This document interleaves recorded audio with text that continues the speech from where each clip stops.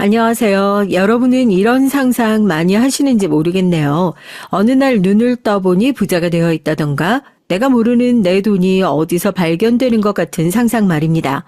아마 대부분의 사람이 이런 기분 좋아지는 상상들을 한 번쯤은 해봤을 텐데요. 하지만 그런 상상을 하면서도 우린 알고 있죠. 그건 상상일 뿐이고 이런 일이 일어나지 않을 거라는 걸 말입니다. 하지만 여기 정말 그런 일이 일어나신 분이 있어요. 그 돈이 생기게 된 경위를 보면 또 마땅히 가야 할 곳에 갔구나 하는 마음이 들어서 부럽거나 배가 아프진 않더라고요. 제가 이렇게 얘기를 하니 오늘의 이 사연 어떤 사연인지 너무 궁금하지 않으신가요? 재미와 감동, 그 모든 것이 다 담겨 있는 사연이 준비되어 있으니까 궁금하시다면, 그리고 오늘 재밌는 얘기가 너무 듣고 싶으신 분이라면 어디 가지 마시고 지금부터 마지막까지 저와 함께 해주세요. 안녕하세요. 전 경기도에 살고 있는 40대 남성입니다. 현재는 어린 딸아이와 단둘이 살고 있어요. 얼마 전까지만 하더라도 혼자였는데 이젠 책임져야 하는 가족이 생긴 거죠. 남자 혼자 아이를 어떻게 키워? 어린 자식은 짐이지 짐이라고 주변에서들 많이 얘기하곤 하지만 전 저희 딸아이가 정말 축복이라고 생각합니다. 만약 저희 딸아이가 없었다면 전 지금쯤 이 세상 사람이 아닐지도 모르니까요. 그리고 딸아이 덕분에 뭔가 찾아내기도 했으니 저희 딸아이는 저에게 복덩이인 셈이죠. 딸아이 둘이 함께 산다고 하면 사람들이 미혼부인 줄 아는 경우가 많은데 전 미혼부는 아니에요. 결혼했다가 이혼했거든요. 뭐 정확히 얘기하면 이혼을 당한 거나 마찬가지긴 하지만요. 최근까지 딸아이인 자기 엄마와 살다가 최근에 저와 함께 살기 시작한 겁니다. 지금 와서 돌이켜 생각해 보니까 정말 많은 일들이 있긴 했네요. 그렇게 된 사연을 조금 설명해 드려야 될 것 같네요. 이 얘기는 사실 할까 말까 조금 망설여지는 얘기긴 한데요. 전 괜찮은데 언젠가 딸아이가 이 모든 전후 사정을 알게 되고 나서 상처받지 않을지 하는 걱정이 돼서 말이죠. 하지만 그런 걱정에도 불구하고 이 얘기를 꺼내게 된 건 제가 딸아이를 정말 잘 키울 자신이 있어서기도 하지만 저와 딸아이는 엄밀하게 말하면 피해자인데 왜 피해자가 더 조심해야 하나 하는 생각이 들어서이기도 해요. 가해자인 아내는 요만큼의 죄책감도 느끼고 있지 않은데 말이죠. 아내를 처음 만난 건 아주 우연한 일이었어요. 저와 가장 친한 친구가 당시에 만나던 여자친구의 친구였거든요. 그러다 보니 아내와도 몇 번 얼굴을 볼 일이 생겼고 점점 가까워졌던 것 같네요. 당시 아내는 정말 좋은 사람같이 보였어요. 전 그리고 그런 아내가 마음에 들었습니다. 연애는 자연스럽게 시작됐고요. 남녀 사이라는 게 언제 불꽃이 일진 모르는 거잖아요. 어느 순간 그렇게 되어 있더라고요. 연애는 어물쩍 시작됐지만 그래도 전 아내를 정말 많이 사랑했습니다. 주위에서 저같이 여자한테 헌신하는 남자를 처음 본다는 말을 많이 들었어요. 하지만 전 그게 헌신이나 희생이란 생각을 해본 적은 단 한 번도 없어요.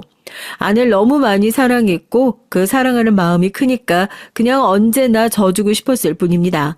당시에 저도 그렇고 아내도 어리지 않은 나이였기 때문에 연애하면서도 결혼 생각을 하지 않을 수 없었어요. 그래서 제가 먼저 결혼하자고 얘기를 꺼냈고요. 물론 가장 큰 마음은 아내를 너무 사랑해서 빨리 결혼하고 싶다는 마음이 가장 크긴 했지만요. 아내도 저도 넉넉한 형편은 아니었습니다. 둘 다 어느 정도는 힘든 시절을 겪으며 자랐어요. 특히 전 어머니가 안 계셨거든요. 그래서 홀아버지 밑에서 자랐는데 아버지는 택시 운전을 하셨고 이것만 들으셔도 그다지 넉넉한 형편에서 잘 자란 건 아니란 생각이 드실 겁니다. 비교를 하자는 건 아니지만 아내는 그런 저보단 조금 더 힘든 환경에서 나고 자랐어요. 부모님이 두 분 다 계시긴 했지만 두 분 모두 빚이 많으셔서 어릴 때부터 빚쟁이들에게 쫓겨 야반도주 해가며 살았다고 했습니다. 학교도 몇 번씩이나 전학을 가야 했다고 얘기하는 걸 들은 적이 있어요. 그래서 학창시절 친구들이 없다는 것도 말이죠. 어른이 되고 나서 부모님과 연을 끊긴 했지만 그래도 종종 돈을 요구하며 찾아온다고 했습니다. 전 그런 아내가 참 불쌍하다고 생각했던 것 같아요. 그리고 당시엔 실제로 불쌍한 게 맞았고요. 돈을 조금 모았다 싶으면 부모라는 사람들이 찾아와서 빼앗아가는 일이 반복됐으니까요. 아내도 저도 고등학교밖에 나오지 않았기 때문에 할 수 있는 일도 상당히 한정될 수밖에 없었거든요. 아내는 작은 회사의 격리 일을 하고 있었고 전 도배 일을 배웠어요. 운이 좋았죠. 절 늘 안타깝게 생각했던 고등학교 선배 한 분이 절 데려다 일을 가르쳐 주셨거든요. 그리고 그 덕에 그래도 밥은 먹고 살만해 했고 말이죠. 물론 몸은 많이 힘들었지만요. 아내에게 결혼하자고 했던 날이 아직도 생생하게 기억납니다. 아내가 참 많이 울었었거든요. 자기 같은 사람에게 결혼하자고 얘기해 줄 줄은 몰랐다면서 말이죠. 그런 마음이 왜 그렇게 변한 건지는 아직도 이해가 되지 않아요. 원래 그런 사람이었는데 제가 몰랐던 걸 수도 있지만요. 아무튼 저와 아내는 그렇게 결혼했습니다. 너무 행복했죠. 그 기간이 아주 짧긴 했지만요. 특히 아내가 임신했다고 저에게 처음 얘기해줬던 날은 세상에서 제가 가장 행복했던 사람이 된 것 같은 그런 기분이 들 정도였어요. 아내와 뱃속에 있는 아이 이렇게 두 사람만 제 곁에 있으면 모든 것을 다 이겨낼 수 있고 또 모든 것을 다 할 수 있을 것만 같은 기분이 들었으니까요. 제가 생각해도 전 아내에게 정말 잘했던 것 같아요. 뭐 그걸 후회하는 건 아닙니다. 전 좋아하고 사랑하는 사람에게 그저 최선을 다한 거니까요. 그런 아내가 절 배신한 건 저도 예상하지 못했던 일이고 또 그건 그 사람이 나쁜 사람인 거지 제가 잘해서는 아니니까 말이죠. 물론 아내도 처음엔 저에게 늘 고마워했죠. 하지만 어느 순간부터 아내가 달라졌다는 생각이 들었던 것 같습니다. 딸아이가 태어나고 3년쯤 지났나? 뭐 그랬던 것 같네요.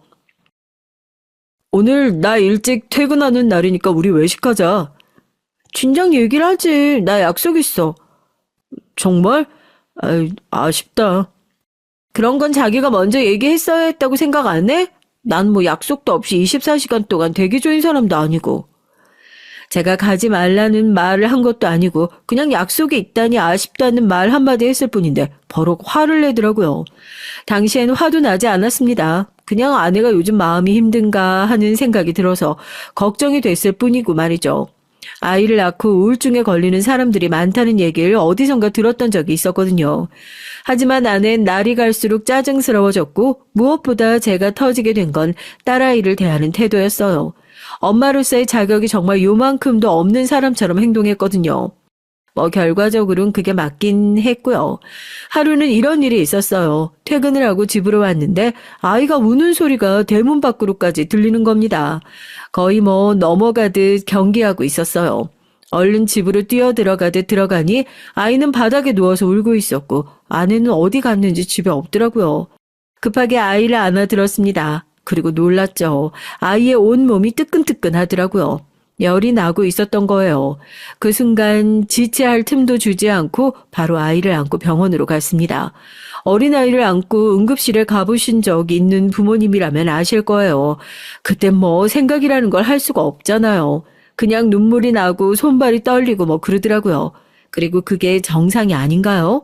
그런데 아는 그때까지만도 연락 한 통이 없었어요. 제가 부재중을 몇 통이나 남겼는데도 말이죠. 가까스로 열이 떨어진 아이를 안고 집으로 갔을 때도 아내는 집에 없었습니다. 그러다 한밤중에 들어와선 이렇게 얘기를 하더라고요. 아니, 친구한테 갑자기 급한 일이 생겼다고 해서. 라고 말이죠. 전 그날 처음으로 아내에게 소리를 질렀습니다.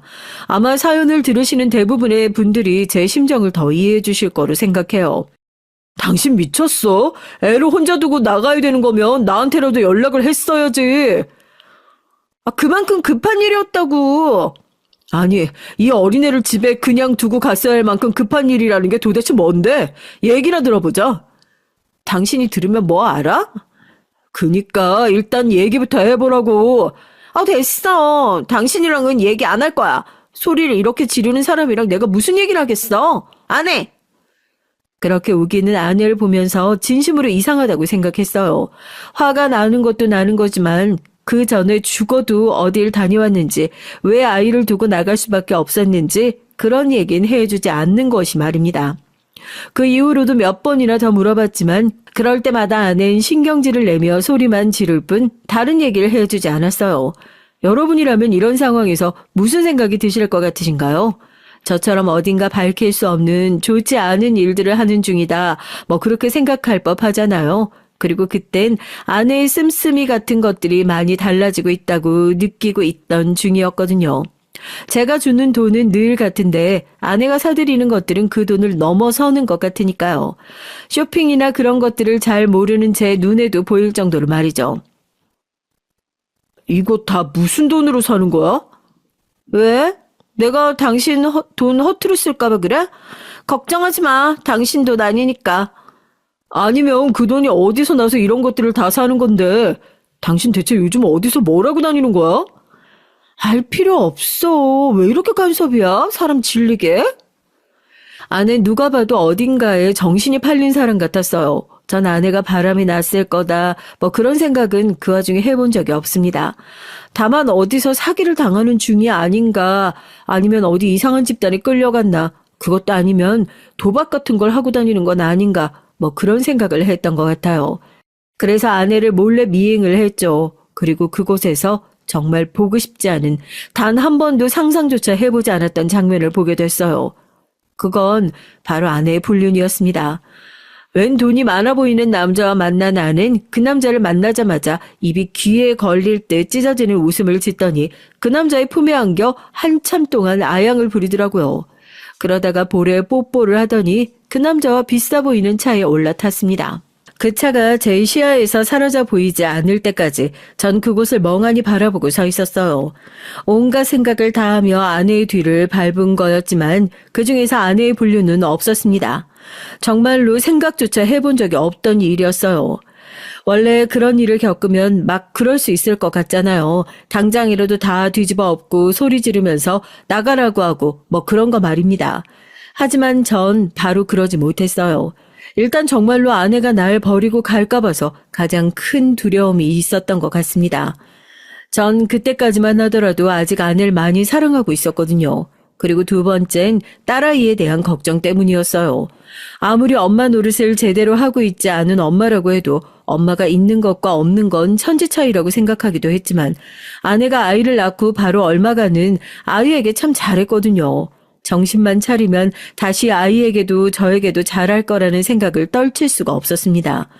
제가 사랑했던 아내의 모습으로 다시 돌아올 거라고, 그럴 수 있을 거라고 헛된 희망을 품었어요.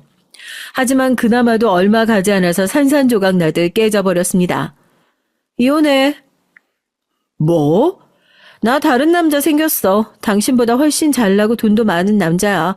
그리고 나 그 남자 사랑해. 그러니까 이혼해. 여보. 아윤이는 내가 데리고 나갈게. 그 사람이 아이 데려와도 괜찮다고 했어. 지금 그게 무슨 소리냐고. 난 당신과 딸아이를 놓아줄 생각이 없다고 되려 제가 아내에게 매달렸습니다. 하지만 아내는 정말 매몰찼어요. 제가 알던 사람이 맞나 싶을 만큼 말이죠. 여기서 내 발목 잡는 건 내 앞길이랑 당신 딸 앞길 막는 거나 마찬가지라는 걸 왜 몰라? 그렇게 능력 있고 돈 많고 잘난 사람의 아내로 사는 거, 새아빠라도 그런 아빠 밑에서 사는 게 나에게도 아연이에게도 더 좋은 일이라는 걸 왜 모르냐고. 그러면서 이러더군요. 나 줘. 나 행복하고 싶어. 그리고 당신 옆에 있으면 나도 아연이도 행복해질 수가 없어. 난 이제 행복해질 거야. 거기에 대고 무슨 말을 더 하겠어요.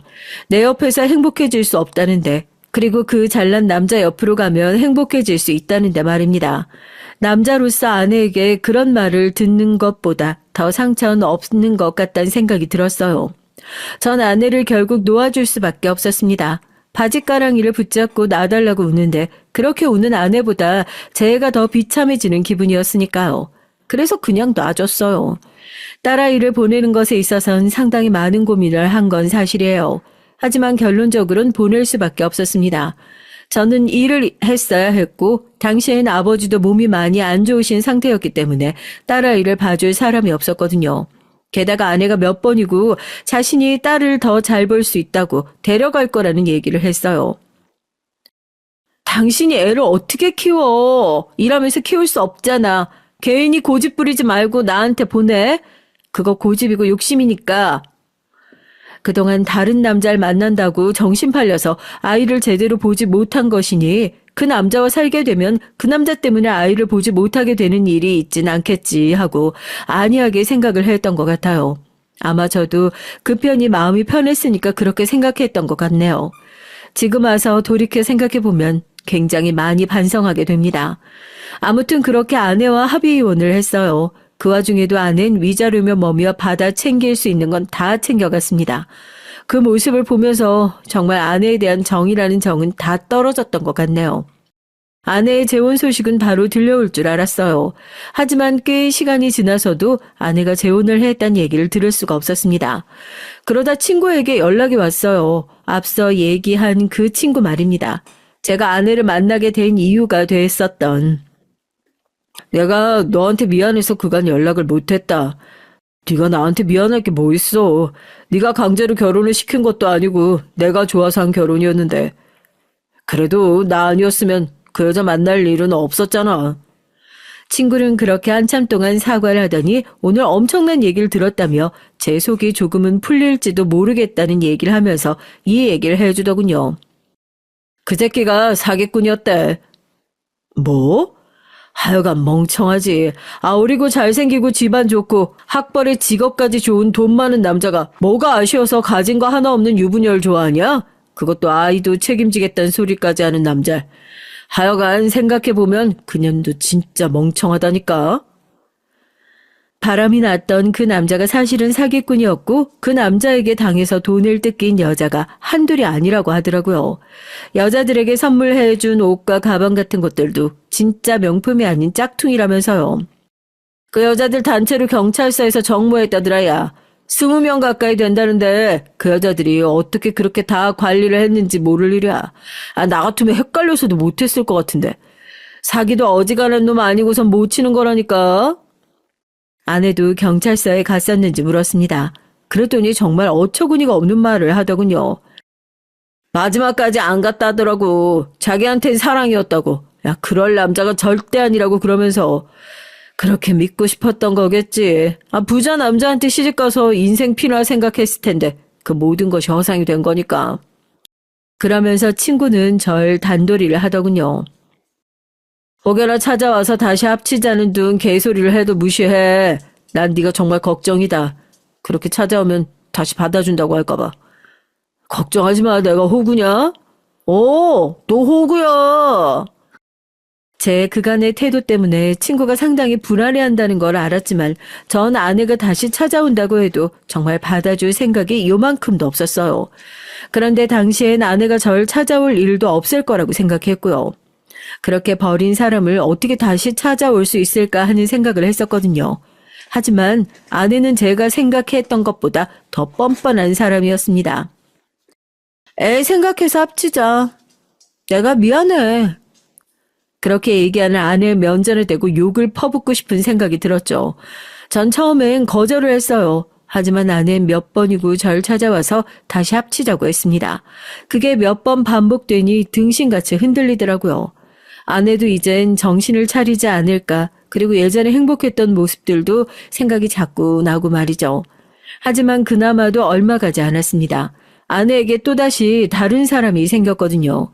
저에게 그렇게 얘기를 하면서도 또 다른 남자를 만나고 있었던 거예요. 정말 대단한 사람이지 않나요?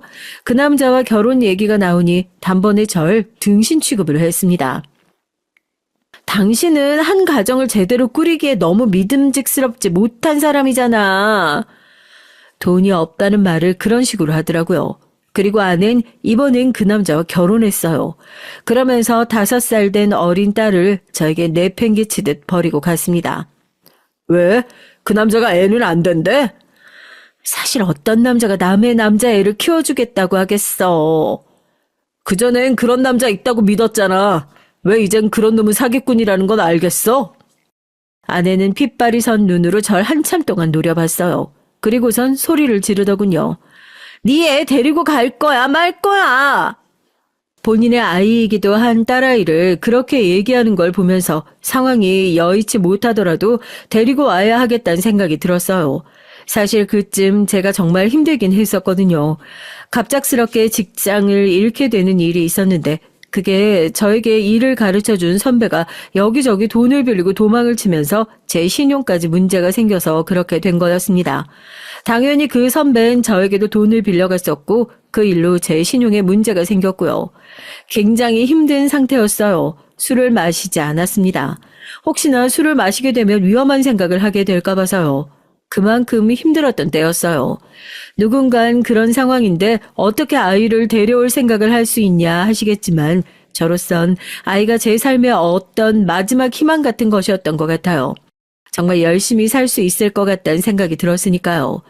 그렇게 아이를 데려왔습니다. 운이 좋게도 옆집에 혼자 사시는 할머니께서 아이를 좋아해 주셨어요. 그래서 낮엔 일자리를 알아보러 다녔습니다. 하지만 신용불량자가 된 저에게 제대로 된 일자리가 주어질리 만무했어요. 신용회복위원회라는 게 있거든. 거기 가서 회복부터 하자. 해줄까? 지금 네 사정 잘 설명하고 앞으로 어떻게 살겠다는 것도 열심히 얘기하고. 친구의 도움을 받아 신용회복위원회라는 곳에 가게 됐습니다. 일단 신용을 회복해야 그 다음도 있는 거니까요. 그런데 거기서 엄청난 얘기를 하나 듣게 됐어요. 선생님 통장에 30억이 있는 거 모르셨어요? 네? 얼마요? 30억이요. 처음 들어보는 금액이었습니다. 30억이 뭐예요? 3천만 원도 없는 저에겐 손이 벌벌 떨리는 큰 돈이었는데요. 그런데 확인해보니 정말로 제 이름으로 된 통장에 30억이라는 돈이 들어있었습니다. 듣도 보도 못한 그 엄청난 돈에 뒤로 나자빠질 뻔했어요.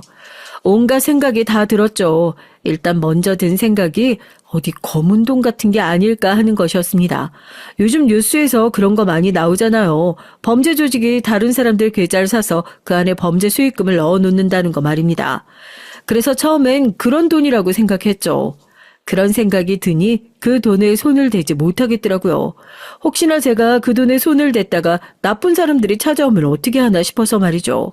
만약에 저 혼자였다면 그런 생각으로 무서워지진 않았겠지만 저에겐 딸아이가 있었잖아요. 그러니 그런 생각이 들 수밖에 없었습니다. 그래서 제가 생각한 방법은 경찰에 신고를 하는 것이었어요. 아무래도 제 통장이 범죄에 쓰이고 있을 것 같은데 모르는 돈이 30억이나 있다니 그럴 리 없다고 신고를 한 거죠. 사실 조금은 아깝다는 생각이 들기도 했지만 제 돈도 아닌 돈으로 아까워한다는 것 자체가 나중엔 조금 우습다는 생각이 들어서 더 이상 그 돈에 대해서 생각하지 않기로 했어요. 그런데 며칠 뒤에 경찰서에서 연락이 왔습니다. 제가 예상했던 말과는 완전히 다른 말을 하면서요. 그 돈 범죄 수익금이 아닌데요? 네? 그러면 누가 이분이라고 하시던데 모르세요? 그러면서 저에게 그 통장에 30억이란 돈을 입금한 사람의 신상 정보를 건네줬어요.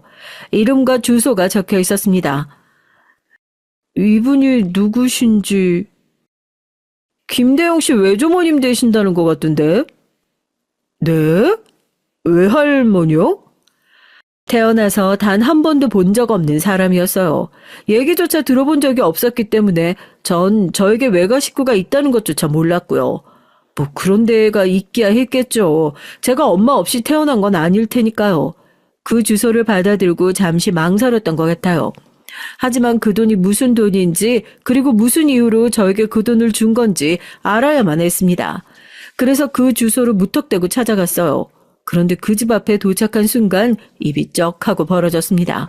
그렇게 큰 집을 실제로 보는 건 처음 있는 일이었거든요.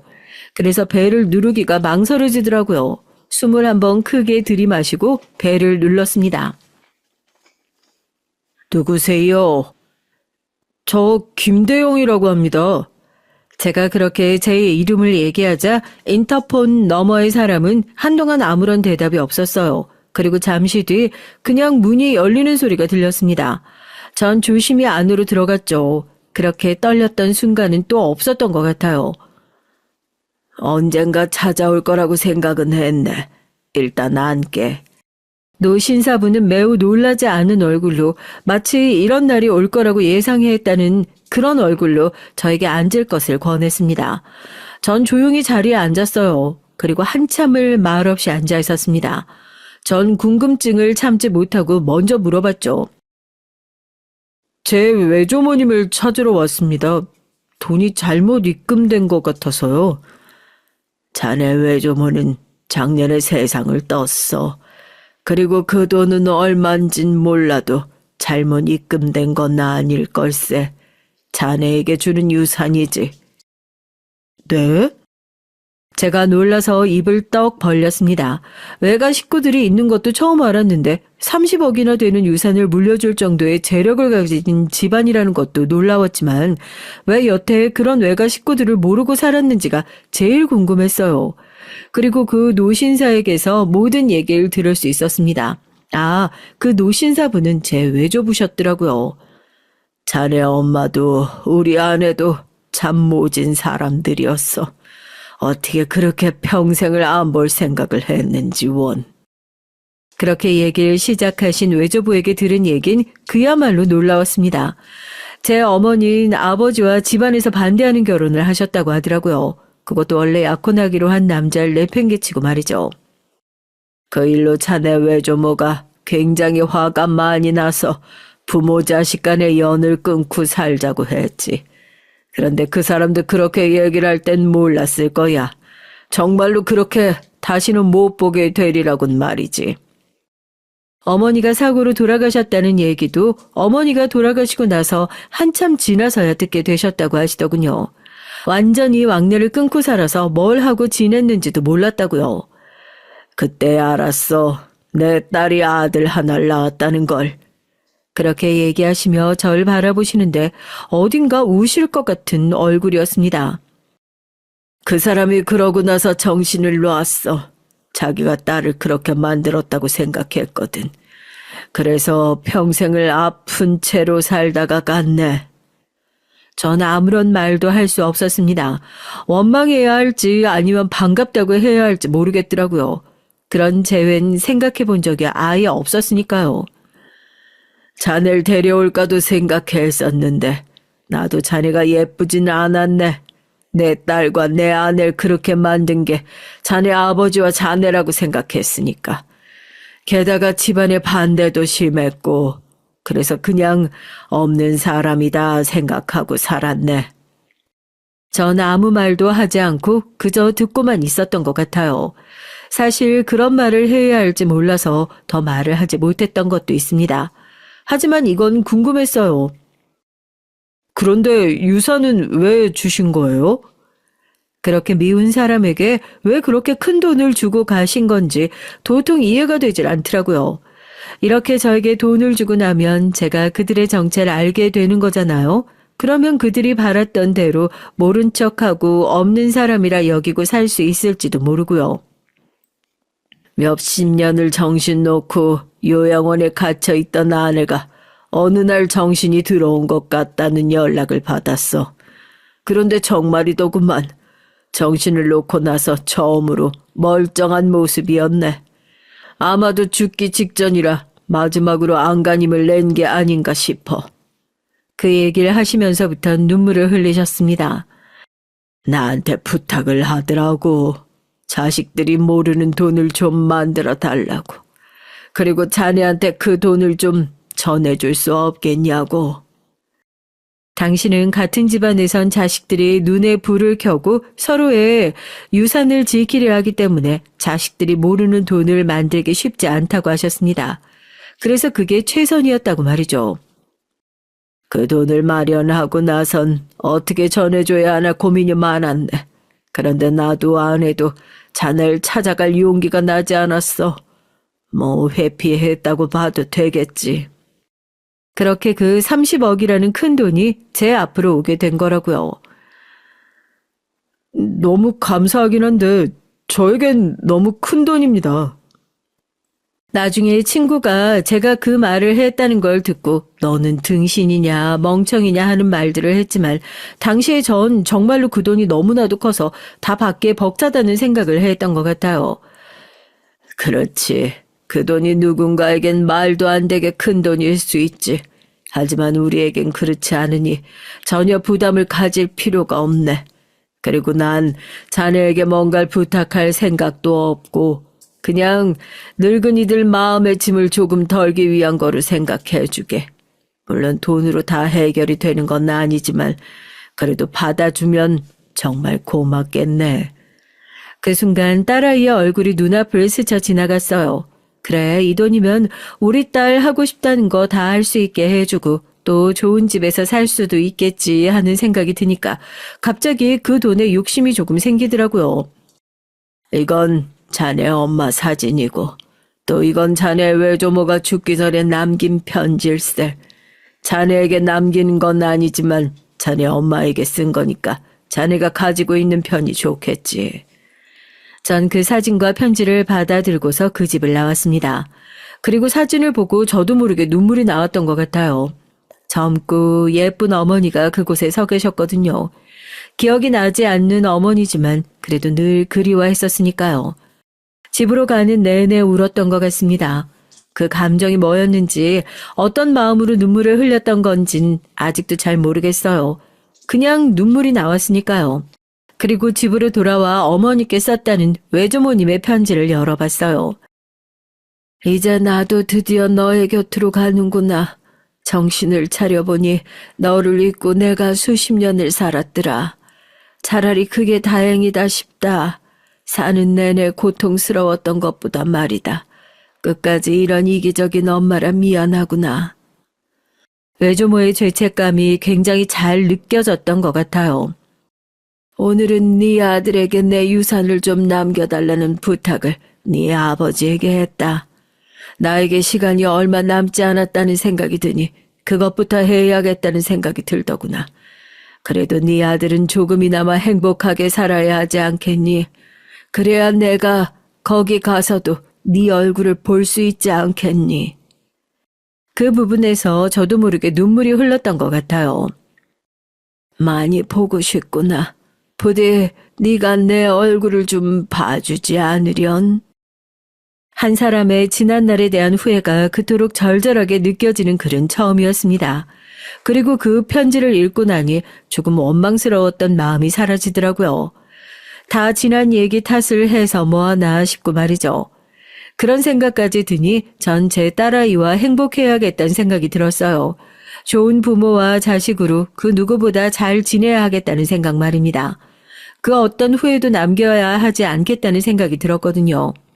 우선 이사부터 했던 것 같네요. 난방도 제대로 되지 않는 집에서 시설이 좋은 아파트로 말이죠. 그렇게 집을 옮기고 나서 외조부에게 한 번 더 연락이 왔습니다. 일자리를 하나 소개해주고 싶네만. 일이라고 말이죠. 전 그 도움을 흔쾌히 받았어요. 받지 않을 이유가 없다고 생각했거든요. 좋은 자리라 더더욱 마다할 이유가 없었습니다. 그리고 그 소식은 얼마 가지 않아서 아내에게까지 들어간 모양이었어요. 제가 외가 사람들과 재회를 했다 이런 것까지는 모르고 그냥 어딘가에서 돈이 생겼고 좋은 직장을 구했다더라 정도까지만 알았던 것 같긴 하지만요. 이사한 집이 비싼 집이던데? 그래서? 그 돈 어디서 났어? 아버님이 어디 몰래 숨겨둔 재산이라도 있으셨대? 그게 왜 궁금한데? 제가 날카로운 얼굴과 말투로 물었습니다. 아내는 그런 저를 빤히 보더니 갑자기 우는 얼굴을 하더라고요. 여보. 그 말을 듣는데 온몸에 소름이 돋는 줄 알았어요. 여보라니요. 아내에게 더 이상 떨어질 정이 없을 거라고 생각했는데 있더군요. 사람이 사람을 환멸한다는 게 어떤 감정인 건지 그날 정확하게 알았습니다. 내가 왜 여보야? 네 여보는 너희 집에 있겠지. 여보, 내가 잘못했어. 응? 너는 늘 이렇게 누가 뭘 가지면 잘못한 게 막 생각나고 새삼 깨닫게 되고 그러냐? 이러다 내가 돈 없다 그러면 또 언제 그랬냐는 듯 쓰레기 보듯 볼 거라는 거 내가 모를 줄 알아? 네 눈에는 내가 그렇게 등신 호구처럼 보여? 자초한 바가 있다고 생각은 합니다. 제가 그동안 등신 호구처럼 군 것도 있었고요. 하지만 너무하잖아요. 사람이 어떻게 저렇게까지 나쁘냔 말입니다. 넌 지금 네 남편이랑 가서 살아. 내가 네 남편 찾아가서 네 마누라가 전 남편한테 이런 개소리를 하고 다닌다고 확 얘기해버리기 전에. 제가 그렇게 얘기를 하니 사색이 되긴 하더라고요. 나중에 들은 사실인데 아내가 재혼한 그 남잔 아내에게 상당히 폭력적이라고 했습니다. 그래서 아마 겁을 먹은 거겠죠. 여보라고 부르지 말라고. 전 그렇게 아내를 쫓아냈어요. 뭐 그날이 아내의 마지막은 아니었습니다. 그 이후로도 계속 저를 찾아와서 나중엔 한번 사고를 친 적도 있으니까요. 그 얘기도 곧 해드릴게요. 아내가 사고를 치기 전까진 잘 지냈던 것 같아요. 소개받은 회사는 제가 육아도 할 수 있게 시간을 잘 배려해주는 곳이었고 저에게 딸아이가 하나 있다는 것을 알게 된 외조부께서도 아이를 보고 싶다며 몇 번을 찾아오셨습니다. 딸아이는 생각보다 자기 외할아버지와 잘 지냈어요. 그리고 그 모습을 보고 있으니 마음이 좋아지긴 하더군요. 아예 좋은 일만 있는 건 아니었지만요. 자식들이 알게 됐네. 그러니까 저의 이모와 외삼촌 되시는 분들이 저에게 재산을 물려주고 저를 만나고 있다는 걸 알게 됐다는 겁니다. 그리고 난리가 난 모양이더라고요. 왜 재산을 물려주냐고 말이죠. 다른 손주들한테 아직 유산을 안 물려줬거든. 그래서 더더욱 난리가 난 모양이야. 내가 이 얘기를 해주는 이유는 그 자식들이 자네를 찾아올 수도 있어서 하는 말이네. 그러니 언젠가 찾아오는 날이 생기더라도 당황하거나 너무 놀라지 말고 바로 나에게 말해주게. 알겠나? 그렇게 덤덤히 말을 하긴 하셨지만 사실 굉장히 걱정하시는 얼굴이긴 했어요. 그리고 나중에 알았지만 저에게 찾아와서 어떤 소리를 하면 유산을 상속하지 않고 저에게 다 준다고 선포 아닌 선포를 하셨다더군요. 그래서 그들이 절 찾아오지 않은 거라고요. 아무튼 그렇게 평화롭게 지내는 것도 얼마 가지 않아 깨졌습니다. 아내의 현재 남편인 남자가 절 찾아왔거든요. 네가 우리 마누라 자꾸 꼬신다는데 정말이야? 이 새끼가 이미 헤어진 전 부인을 왜 만나는 건데, 어? 어디서 뭘 보고 무슨 소리를 듣고 온 건지 찾아와선 다짜고짜 소리를 지르면서 제 멱살을 잡더군요. 그게 무슨 소리예요? 내 마누라가 그러던데 네가 자꾸 찾아와서 다시 합치자는 둥 한다고. 너 오늘 내 손 한번 쥐어봐. 어? 순식간이었습니다. 엄청나게 두툼하고 큰 주먹이 제 얼굴로 날아들어온 것 말이에요. 그리고 한참을 맞았죠. 경찰이 출동할 때까지 말이에요. 결국 저와 그 남자는 경찰서를 가게 됐고 아내가 그 자리에 왔습니다. 상당히 곤란한 얼굴을 하고 말이죠. 야, 네가 한번 말해봐. 이 남자가 너한테 찾아와서 꼬시고 다시 합치자고 말한 적 없다는데? 어? 아니, 그게 말 더듬지 말고 제대로 말 못해? 만약 그 전에 저였더라면 아내의 그런 모습을 보고 안타깝다고 생각했을지도 모를 일이에요. 하지만 전 이미 아내에게 여러 번 당했기도 했고 또 인간 대 인간으로서 정이라는 정은 다 떨어진 상태였으니까요. 전 아내에게 따져 물었습니다. 내가 정말 당신한테 찾아가서 같이 살자고 했어? 아니, 그게... 아내는 아무 말도 하지 못하고 말을 더듬기만 하더군요. 네가 나한테 그런 게 아니라 내가 너한테 그랬다고? 얼마 전에 나 먼저 찾아와서 매달린 건 네가 아니라 네 분신이냐? 어? 그 순간 아내와 아내의 남편이 그 자리에서 굳는 게 보였습니다. 사실 그 뒤로 무슨 일이 일어나건 말건 상관이 없었어요. 전 더 이상 아내로 인해 피해를 보고 싶지 않았거든요. 정말 더 이상은 그러고 싶지 않았습니다. 난 이제 더 이상 너 때문에 나나 우리 딸이 피해보는 상황 만들고 싶지 않아. 그렇게 되도록 두지 않을 거고. 그러니까 다시는 이런 식으로 나 귀찮게 하지 마. 그리고 당신! 아내의 남편이 움찔하더군요. 전 그 사람을 빤히 바라보고 한자 눌러서 말하듯 말했습니다. 이런 식으로 다시는 나 찾아오지 마쇼. 그리고 자기보다 체격도 작고 힘없는 사람 괴롭히는 거 아니오. 그게 어떻게 남자라고 할 수 있겠소? 라고 말이죠. 그 남자는 굉장히 욱한 것 같았지만 뭐라고 할 말을 하지 않더군요. 그리고 그 순간이었습니다. 아니 이게 어떻게 된 일입니까? 대체 무슨 일이세요? 외조부님을 만날 때 종종 얼굴을 본 적이 있는 변호사분이셨어요.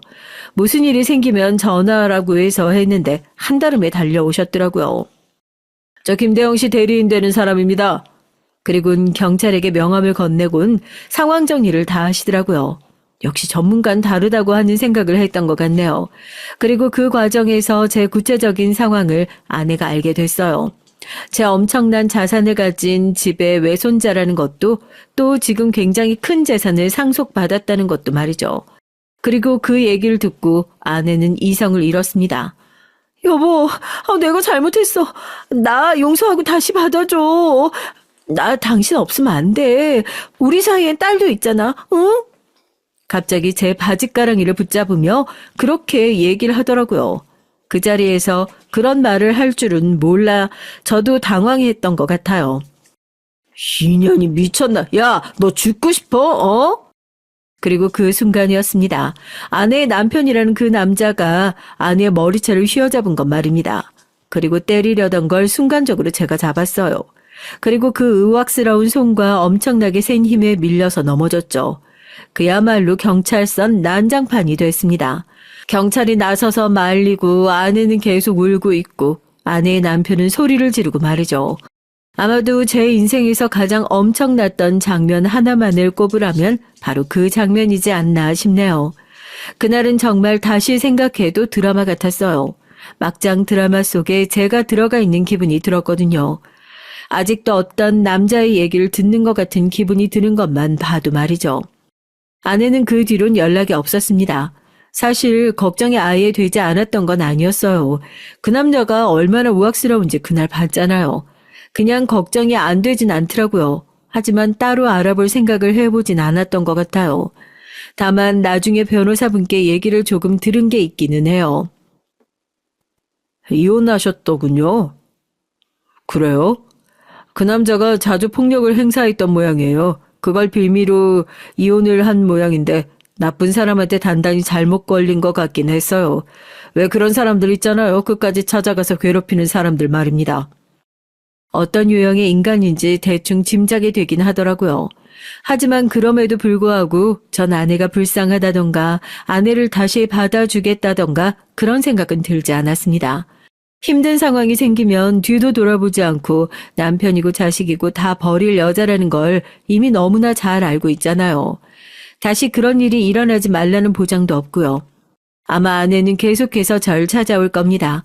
그 정도의 각오는 하고 있어요. 그리고 전 계속해서 그런 아내를 쳐낼 거고요. 이젠 넘어가지 않을 자신이 완전히 생겼거든요. 아버지가 최근에 돌아가신 아버지 유품을 정리했습니다. 그것들을 보고 참 많이 울었던 것 같아요. 아버지는 단 한 번도 저에게 어머니 얘기를 자세히 해주신 적이 없으셨거든요. 그냥 사고로 돌아가셨다는 말 말고 말이죠. 전 그게 너무 힘든 기억이라 말씀하시고 싶지 않으신가 보다 뭐 그렇게 생각했고 여쭤보지 않았었고요. 그리고 어느 순간부터 잊은 듯이 사신다 생각했습니다. 세월이 약이라는 생각을 하기도 했고요. 하지만 아니었어요. 아버지는 어머니를 단 한순간도 잊은 적이 없으시더군요. 유품을 정리하는데 어머니의 물건이 너무나 많이 나왔습니다. 이걸 어디다 두셨지, 나는 왜 몰랐지 그런 생각이 들 정도로 말이죠. 생각해보면 아버진 그간 재혼의 기회도 많으셨어요. 아프시기 전까지 아버지 좋다고 쫓아다니던 분들이 몇 분이나 계셨던 게 어렴풋이 기억도 나고 말이죠. 하지만 어머니가 돌아가시고 아버지인 그 어떤 여성분도 만나셨던 적이 없습니다. 제 기억엔 말이죠. 남자 혼자 아이를 키운다는 것이 여간 힘든 일이 아니셨을 텐데도요. 두 분이 정말 많이 사랑하셨구나. 지금 두 분 만나서 회포를 풀고 계시겠구나 하는 생각이 드니까 아버지의 죽음이 조금은 덜 슬퍼지는 기분도 들었던 것 같아요. 그리고 어딘가 마음이 좋아졌던 것 같네요. 두 분이 정말 사랑했고 그리고 전 그 사랑을 통해 만들어진 사랑받는 아이였다는 것을 어렴풋이 알게 된 느낌이었거든요. 어머님의 유품을 정리하기 전에 외조부님께 보여드려야겠다는 생각이 들었습니다. 그래서 몇 가지를 들고 갔어요. 외조부님은 아무 말씀을 하지 않고 그저 어머니의 유품을 멍하니 바라보셨어요. 그러고 우셨습니다. 그렇게 우시는 건 또 처음 봤어요. 마치 어린아이가 우는 것 같은 울음이었거든요. 아무리 세월이 많이 지났다고 한들 먼저 간 자식은 언제나 가슴속에 있는 거구나 하는 생각이 들었던 것 같네요. 한참을 미안하고 고맙다는 말과 함께 우시던 외조부님은 제가 가져온 것들을 챙겨다가 자신이 가져가도 되냐 하시더군요. 전 그러시라고 고개를 끄덕였습니다. 얼마 전에 어머니의 어린 시절 사진을 봤는데 딸아이랑 굉장히 많이 닮았더라고요. 피는 못 속인다는 말이 절로 생각이 날 정도로 말이죠. 아마 그래서 외조부님이 저희 딸아이를 더 자주 보러 오시고 더 예뻐하시는 게 아닌가 하는 생각이 들었습니다. 마치 자기 딸에게 못해줬던 것들을 저희 딸아이에게 해주려는 것처럼 말이죠. 그 마음을 어렴풋이 알 것도 같아서 조금 눈물이 날 뻔했네요. 내일은 외조부님과 딸아이, 저 이렇게 세 사람이 어머니와 아버지가 계신 곳으로 가기로 했어요. 아버지를 어머니 옆에 모셨거든요. 잘 지낸다고. 그러니 너무 걱정하지 마시라는 얘기를 하러 가는 건데 울지 않고 잘할 수 있을지 모르겠네요. 제 얘긴 여기까지입니다. 들으시는 분들이 어떻게 들으셨는지 모르겠네요. 전 지금도 이 모든 일이 저에게 일어난 일이라는 것이 아직도 실감이 나질 않아요. 그도 그럴 것이 평범한 사람이라면 하나 겪기도 힘든 일을 여러 번 겪은 거니까요. 그리고 사람의 인연이라는 게, 그리고 운명이라는 것이 어쩌면 정말로 존재하는 게 아닌가 하는 생각도 했고 말이죠. 그런 생각이 드니 닫혀있던 마음이 조금은 열리는 것도 같아요. 이제 다신 절대 재혼을 한다든지 하는 생각을 하지 않았었거든요. 하지만 지금은 좋은 사람이 나타나면서 그것도 괜찮지 않을까. 어딘가에 저희 어머니 아버지와 같은 인연이 저에게도 있지 않을까 하는 생각도 들고요. 이제 전 그만 얘기를 마무리하겠습니다. 저와 딸아이 너무 행복하게 잘 지내고 있고 앞으로도 그럴 거예요. 그러니 만약 혹시라도 어디선가 아내가 이 사연을 듣고 있다면 이 말을 꼭 하고 싶네요. 난 이제 당신이 정말 필요 없고 그건 딸아이도 마찬가지니까 더 이상은 우리 앞에 나타나지 말라고요. 사람이 양심이라는 것이 있다면 말이죠. 마지막까지 제 얘기 들어주시고 공감해 주셔서 감사합니다. 길지 않은 세월이었지만 살다 보니 건강이 최고더라고요. 그러니 언제 어디서나 건강 조심하세요. 안녕하세요, 여러분. 전 30대 여자입니다. 평소 출퇴근할 때 즐겨 듣던 사용 프로그램에 제가 직접 얘기를 보내게 될 줄 몰랐어요. 저에게도 이런 일이 벌어질지 몰랐지만 지금은 속 시원하게 해결하고 누구에게도 말할 수 없었던 깊은 얘기를 해볼까 합니다. 말솜씨가 부족하지만 여러분들의 생각을 묻고 싶어서 이렇게 보내게 됐어요. 전 20살 초반 때부터 만나오던 남자친구가 있었습니다. 어려서부터 항상 좋은 대학에 가려고 공부만 하다 보니 그동안 남자친구를 사귀어본 적이 없어서 첫 연애에 가까웠죠. 처음 연애를 시작하고 나선 제가 이런 감정을 느낄 수 있다고 느끼게 됐는데요. 아무래도 20대 초반부터 만나다 보니 입대부터 시작해서 대학 졸업 그리고 취업 때까지 항상 함께했던 사람이었죠. 군대까지 기다릴 줄은 몰랐는데 고무신에서 꽃신을 신고 서로 아껴주며 만나서 그런지 시간이 갈수록 이 사람과는 정말 결혼까지 할 수 있을 것 같았어요. 남자친구는 다정한 성격에 자기 일에 있어서 책임감을 가지는 모습을 보고 그 사람을 만나면서 배울 점이 많다는 것도 느끼게 됐습니다. 저희의 관계가 조금씩 달라졌던 시점은 남자친구가 군대를 전역하고 난 뒤에 행정고시를 준비하기 시작했을 때였어요. 오빠 이번에 복학한다고 했지? 아니, 이번에 복학을 좀 미루고 행정고시 준비해보려고. 그래도 대학은 미리 졸업하고 준비하는 게 낫지 않아?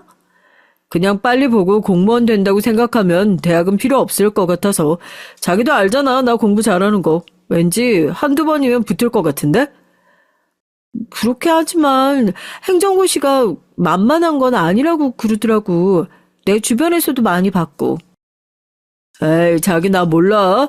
내가 제대로 준비하면 다를 거야. 어떻게 공부하는지 아니까 2, 3년 안에 할 수 있지 않을까? 오빠 뜻이 그렇다면 뭐 한번 도전해보는 것도 괜찮지. 아무래도 중요한 시험을 준비하는 기간에 자주 못 만날 수도 있고 자기가 서운해할 수도 있어. 알지? 나 자기랑 결혼하고 싶어서 공무원 준비하는 거야. 졸업하고 나서 안정적인 직장 잡는다는 보장도 없고 내가 할 수 있는 선에서 공무원이 가장 나은 직업인 것 같아. 염치 없는 소리지만 자기가 조금만 기다려줬으면 좋겠어. 오빠가 하고 싶은 일이라면 얼마든지 지지해줄 수 있지. 열심히 준비해봐. 남자친구가 실제로 대학교에서도 상위권 성적을 유지하고 있었기 때문에 전 어느 정도 신뢰가 가는 부분들이 있었어요. 그리고 무엇보다 좋아하는 사람이 꿈을 위해서 준비를 하고 싶다는데 반대할 만한 사람이 어디 있겠어요. 그날 이후 시험 일정을 알아보니 문제집도 하나씩 사고 열심히 준비하는 모습을 보니까 공무원에 대한 뜻이 확고하다는 걸 느끼게 됐죠. 첫 시험을 준비하는 동안 오빠의 말대로 저희는 자주 만나지 못했지만 서로의 자리에서 노력을 하면서 사랑을 이어왔습니다. 또 시험 준비를 하는 남자친구에게 데이트 비용을 부담하라고 얘기하는 건 아닌 것 같아서 먼저 취업을 나갔던 제가 대부분 비용을 부담해주고 또 공부하면서 필요한 책들도 많이 구매를 해줬어요. 오빠가 시험 준비에 필요한 부분들을 채워주면서 행정고시를 잘 볼 수 있도록 도움을 주는 역할을 해줬다고 전 생각하고 있고요. 물론 공부하는 건 남자친구지만 이런 세밀한 부분을 챙겨주는 것도 도움이 될 수 있다고 생각하고 있었거든요. 시험이 가까워질수록 자주 만나기가 어려워서 서운하긴 했지만 그래도 남자친구가 2년에서 3년까지는 해보고 싶다고 얘기를 하니까 저도 믿고 기다리기로 했죠. 첫 시험이 있던 날 남자친구는 잘 보고 오겠다며 들어갔지만 나왔을 때 표정은 뭔가 달랐어요. 뭔가 물어보기에 미안하기도 하고 기분 전환을 위해서 음식점에 갔고 그날은 아무렇지 않게 보냈던 것 같아요. 2달 뒤 결과가 나왔을 때 첫 시험에 아쉽게 떨어지긴 했지만 남자친구는 점수를 보고 나서 더 자신감이 붙은 모습을 보이더라고요. 스스로 점수가 조금 모자랐다면서 내년엔 꼭 붙을 수 있을 거라고요. 이번에 정말 아쉽게 됐어. 조금만 더 잘 봤으면 붙었을 텐데. 이 점수면 그래도 첫 시험 치곤 나쁘지 않은 것 같아. 다음 시험 땐 왠지 붙을 수 있을 수 있겠는걸? 시험이 1년에 한 번밖에 없어서 아쉽긴 하지만 그래도 오빠가 열심히 한다면 다음번엔 붙을 수 있을 거야. 고마워. 다 자기가 옆에서 내조해준 덕분이지. 도시락도 싸주고 또 종종 나 용돈도 주잖아. 오빠가 힘들어하는 것보다 내가 도와줄 수 있는 건 도와주는 게 맞지. 1년 정도는 더 두고 보고 내년에 시험 보고 다시 얘기해보자. 이번 한 해는 정말 제대로 준비하고 싶어서 폴더폰으로 핸드폰 바꾸려고. 그러면 아예 전화나 문자밖에 못하겠네? 그렇지. 난 지금이라도 휴대전화 잘 안 쓰고 집중하면서 열심히 준비해보고 싶어. 자기한테 미안하지만 그래도 자기가 있어서 내가 폴더폰으로 바꾼 거 알지? 아마 없었으면 아예 사용하지 않았을 거야. 그렇게까지 마음 먹었으니까 내년에 정말 붙겠는데? 응원할 테니까 열심히 해봐. 그렇게 남자친구는 정말 1년 동안 휴대전화를 사용하지 않았고 그 다음에 시험을 열심히 준비했어요. 제가 봐도 공부에 열정을 가지고 하고 있는 듯한 느낌이 들 수밖에 없었고 저희의 데이트 장소는 항상 독서실 아니면 잠깐 만나서 저녁을 먹는 걸로 끝내야 했지만 본인의 미래를 위해 노력하는 모습이 그땐 더 좋아 보이더라고요. 시험 준비는 과정을 지켜보는 동안 아쉬운 마음이 있었지만 그래도 남자친구가 미안해하지 않도록 최대한 티를 내지 않으려고 했는데 그게 시간이 갈수록 안 되더라고요. 매번 헤어지는 거 너무 아쉽다. 그냥 우리 결혼해서 같이 사는 건 어때? 어차피 할 결혼이라면 난 차라리 지금 하는 게 낫다고 생각해. 나도 생각을 안 하고 있진 않았는데 그건 준비가 되어 있어야 하는 거지. 난 내가 결혼할 수 있을 정도로 자리도 잡고 떳떳할 때 하고 싶어. 나도 직장 다니면서 모아둔 돈도 있고 처음에 누가 크게 시작해 작게 시작하는 거지. 그런가? 조금 더 생각해보고 그럼 시험 결과 보고 결정하자. 그리고 내가 근사하게 프로포즈 하고 싶은데 결혼 얘긴 이렇게 하는 건 아닌 것 같아. 그래. 일단 시험 준비 열심히 하고 결혼해서 일단 시험 준비 열심히 하고 결혼에 대해선 다음에 얘기하자. 제가 생각할 때 지금 내조를 해주는 건 결혼해서도 해줄 수 있는 부분이라서 오히려 부담을 덜어주기 위해 얘기를 한 거였는데 남자친구는 제가 고생하는 게 싫다면서 본인도 어느 정도 준비되고 떳떳할 때 하고 싶다고 얘기를 했어요. 전 직장에서 그리고 남자친구는 고시원에서 지내면서 서로 각자의 자리를 지켜가며 알콩달콩 연애를 할 수 있었죠. 물론 많이 보진 못했지만 그래도 남자친구와 종종 만나는 시간이 저에겐 힐링이었거든요.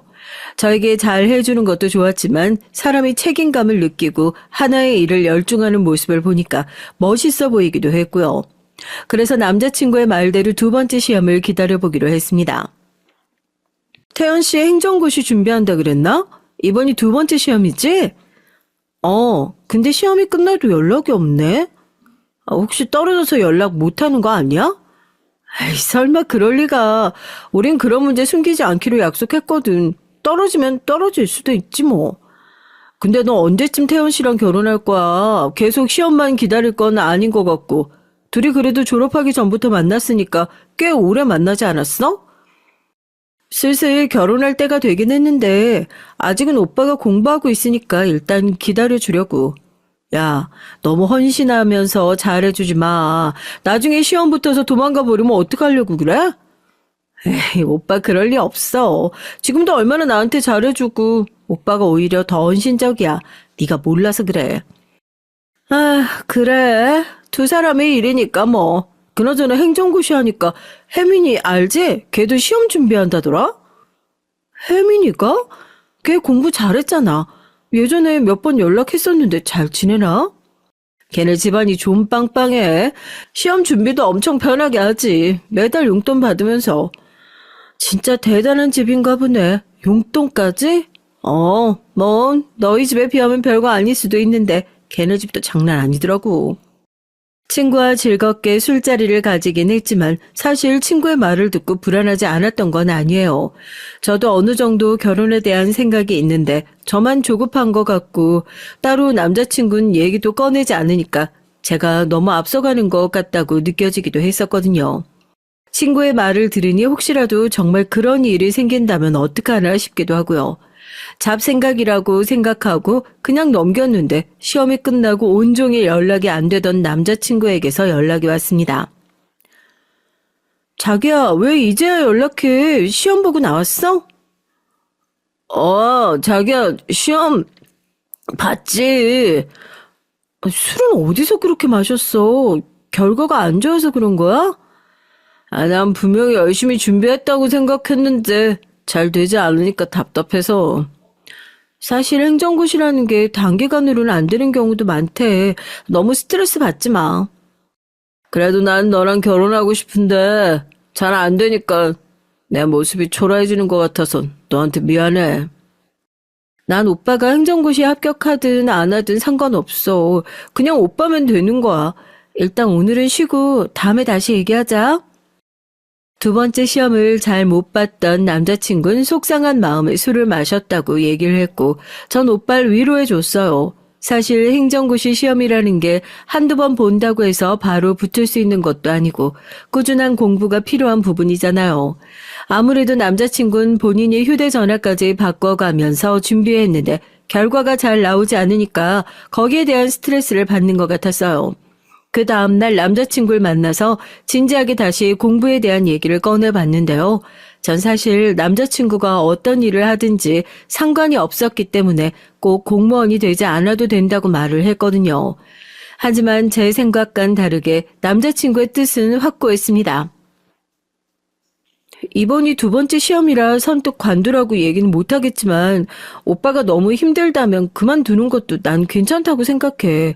좋은 경험이었다고 생각하면 되잖아. 하지만 지금까지 공부해온 것도 있고 한 번 더 준비해보고 싶은데 자기 생각은 그만뒀으면 좋겠다는 거야? 아니 그런 게 아니라 오빠가 뜻이 있다면 계속하는 걸 지지해줄 순 있어. 하지만 너무 힘들다면 억지로 할 필요는 없다는 거야. 여기까지 온 이상 이대로 안 하는 건 내가 자존심이 상해서 안 될 것 같아. 자기가 힘들겠지만 내가 성공하면 꼭 갚아줄게. 1년만 더 기다려줄 수 있겠어? 당연하지. 자기가 공부에 대한 뜻이 있다면 계속 해봐. 확고하게 할 수 있을 것이라고 얘기하는 남자친구를 보면서 저렇게 자신감 있게 얘기를 하는 사람인데 언젠간 꼭 성공할 수 있을 것 같았어요. 그래서 그 뒤로 저에게 해달라고 하는 건 거의 다 들어주었던 것 같네요. 저도 남자친구의 미래를 위해서 아낌없이 지원을 해줬던 것 같고요. 사랑하는 사람의 미래를 위해 준비한다고 하는데 도와줄 수 있을 때 도와주는 게 마음도 편했거든요. 그 뒤로도 저희 회사로 출근하고 남자친구는 독서실로 출발하는 게 3년 정도 되었을 무렵엔 이번 시험에선 꼭 붙을 수 있길 저도 기도했던 것 같아요. 벌써 내일이네. 결과가 어떻든 간에 난 오빠 응원하니까 열심히 보고 와. 당연하지. 우리 이번 시험 지나면 내가 정식으로 프로포즈 할게. 지금까지 기다려줘서 고마워. 시험 잘 보고 와. 이번엔 결과가 어떻든 간에 우리 결혼은 꼭 하는 거다. 당연하지. 나도 이번이 마지막이라고 생각하고 열심히 보고 올게. 저에게 프로포즈 하겠다고 하던 남자친구의 말을 들으니 이 사람도 저와 미래를 꿈꾸고 있다는 게 기뻐서 결과가 어떻든 결혼을 추진하는 게 좋겠다 생각이 들었어요. 저도 나이가 차기 시작했고 부모님들도 언제쯤 결혼할 거냐고 많이 물어보시더라고요. 그리고 무엇보다도 고시원에서 불편하게 지내는 남자친구가 걱정돼서 다시 준비를 하더라도 제가 내조를 해주면서 했으면 좋겠다는 생각이 들었기 때문에 예전부터 결혼을 하고 싶다는 생각이 있었거든요. 기다리던 시험날이 됐고 자신만만하게 들어갔던 남자친구는 결국 세 번째 시험도 붙지 못하고 떨어지게 됐어요. 이번엔 자신 있다고 얘기를 했지만 2달 뒤 결과가 나왔을 땐 표정이 좋지 않더라고요. 그 뒤로는 저도 어떤 위로를 해줘야 할지 몰라서 등만 토닥거려 줬는데 남자친구는 괜찮다면서 이제 현실을 봐야겠다고 말했습니다. 안타까웠지만 이런 경험도 좋은 경험이라고 생각하겠다는 얘기를 들으니 저도 안심이 되더라고요. 곧이어 남자친구는 저에게 결혼에 대한 뜻을 말해줬어요. 자기 말대로 시험 때문에 결혼을 미루는 건 아닌 것 같아. 결혼하고 나서도 계속 준비할 수 있을 것 같기도 하고 자기만 괜찮다면 난 자기랑 결혼하고 싶어. 나도 오빠와 미래를 그리면서 내가 오빠 옆에 있었으면 좋겠다고 생각했어. 시험은 나중에 준비해도 되고 취업도 천천히 준비하면 괜찮을 거야. 오빠는 능력 있으니까. 이해해줘서 고마워. 내가 너무 이기적으로 굴었던 것 같아. 일단 양가 부모님 찾아뵙고 인사도 드리고 나도 일자리 한번 찾아볼게. 시험에 떨어진 건 아쉬웠지만 남자친구가 양가 부모님과 찾아뵈면서 인사도 나누고 취업에 대한 의지를 내세우니까 저도 남자친구를 지지해주기로 했어요. 처음엔 학교 공부도 다 마치지 않은 상태라서 그런지 남자친구는 취업에 대한 걱정이 가장 큰 것 같더라고요. 그래도 예전보다 의지를 가지는 모습을 보니까 저도 옆에서 도움을 주고 싶은 마음에 이제 고시원에선 나와도 되지 않겠냐고 얘기를 했습니다. 이제 오빠도 취업할 건데 고시원에서 나오는 건 어때? 아, 그것도 괜찮지만 익숙해져서 나중에 우리 결혼할 집 구하면 그때 나와도 될 것 같아. 그래도 되지. 그러고 보니까 오빠 고시원은 이름만 들어보고 근처도 못 가봤네. 아무래도 그렇지. 외부인 출입은 안 되는 곳이니까. 그래도 우리 곧 결혼할 건데 뭐가 문제야. 앞으로 더 많이 보면 되는 건데. 그치, 미래 생각하면 뭐 괜찮지. 전 그렇게 남자친구와 결혼할 생각에 부푼 마음을 안고 부모님께도 말씀을 드렸어요. 다행히 두 분께선 이미 남자친구를 알고 있으셔서 쉽게 허락받을 수 있었던 것 같아요. 그리고 결혼을 하면서 집도 한 채 해주고 싶다고 하시더라고요. 시집 갈 때 집이라도 한 채 해가는 게 어떻겠니? 아, 그럼 태훈 오빠가 너무 부담스러워할걸? 안 그래도 이번에 결혼 자금 때문에 고민이 많아 보이더라고. 괜찮다. 시험 준비하고 있었다며. 그동안 공부하느라 얼마나 애썼을 거야. 내가 그동안 봐온 태연인 믿을 만한 애니까 결혼 비용은 걱정하지 말라고 해라. 집이 부담스러우면 식장 비용 정도는 우리가 해줄 수 있지 않니? 그건 그렇죠. 아빠가 아시는 곳이 있으시다고 들었는데 거기서 할까요? 최근에 생긴 곳이라 리모델링도 잘 되어 있던데. 나중에 상견례 이후에 두 사람이 다시 얘기해봐라. 네, 아버지. 그럴게요. 서로 양가 부모님께 얘기를 드리면서 부족한 부분들을 어떻게 채워나갈지 계획을 세워봤는데요. 한동안 취업을 준비한다고 얘기했던 남자친구가 면접도 잘 보고 다니는 줄 알았는데 얼마 전 다시 시험 준비를 하고 싶다고 얘기를 하더라고요. 요즘엔 취업이 더 어렵다고 하던데 그게 맞는 것 같아. 왜? 요즘 연락이 잘 안 와? 이력서는 계속 넣고 있지? 아무래도 학교 공부도 마치지 않았고 내가 다른 경력이 없다 보니까 안 되나 봐. 그래도 잘 찾아보면 분명히 오빠 알아주는 곳이 있을 거야. 그래서 말인데 내가 계속 준비하던 시험을 다시 준비해보는 건 어떨까? 시험 준비 다시 하려고? 주변에 보면 5번도 넘게 시험 보는 사람도 있는데 이 정도 점수면 사실 조금만 더 해봐도 될 것 같거든. 아, 그래. 점수가 어느 정도 나왔는데? 자기는 아마 공무원 준비 안 해봐서 말해줘도 잘 모를 거야. 그냥 간당간당하게 떨어졌어. 진짜 주변에서도 많이 아쉬워하더라고. 나도 그렇고. 전 남자친구의 점수를 그동안 들어본 적이 없었는데요. 시험에 떨어진 사람에게 그런 부분을 세밀하게 물어볼 필요가 없다고 생각했거든요. 아깝다고만 얘기하니까 도대체 몇 점을 맞았길래 저렇게 자신만만하게 얘기를 하나 싶었어요. 또다시 시험 준비를 하겠다는 말을 들으니까 저도 그땐 고민이 되더라고요. 두 번째 시험 이후로는 제가 생활비도 보내주고 고시험비도 종종 보내주다 보니까 금전적으로도 지원이 계속 들어가고 있었거든요. 그래서 결혼은 어떻게 할 거냐고 물어봤죠. 그럼 결혼은 어떻게 준비하려고? 결혼 준비하면서 나도 시험 준비 다시 해볼게. 오빠, 결혼 준비하면서 시험을 준비한다는 게 정말 어려운 일인지 알아? 결혼하면서 해야 할 게 얼마나 많은데. 조금만 넉넉하게 기간을 잡고 준비하면 되지. 자기랑 결혼도 하고 싶고 시험도 준비하고 싶단 말이야. 오빠한테 오히려 부담될 텐데 한 가지만 하는 게 더 낫지 않겠어? 아니야, 이번엔 꼭 붙어볼게. 결혼 준비도 열심히 하고. 확고하게 남자친구가 얘기하는 걸 들으니까 그게 가능한 일일까 싶었지만 할 수 있다고 하니까 믿어주기로 했어요. 결혼 준비 같은 경우엔 아무래도 시간적인 여유가 있는 제가 더 많아서 남자친구에게 일정이 생기면 그때 미리 말해주겠다고 한 뒤 양가 부모님도 뵙고 왔고요. 결혼을 준비한다는 것은 기뻤지만 한편으론 남자친구가 잘할 수 있을까에 대한 걱정도 됐던 것 같아요. 하지만 걱정했던 제 예상과는 다르게 결혼 준비에 대해서 남자친구도 협조적이었고 시험도 잘 준비해 나가는 것 같았습니다. 만나서 근황을 나누던 중에 시험 준비를 하는 남자친구를 보니까 자연스럽게 친구가 생각이 났어요. 그러고 보니까 내 친구 중에서 혜민이라고 알지? 걔가 이번에 행정고시 준비하고 있다더라? 그래? 걔 공부도 잘했잖아. 경쟁자가 한 명 늘어났네. 걔도 두세 번 정도 본 것 같던데 오빠랑 준비한 기간이 비슷해. 아, 그래?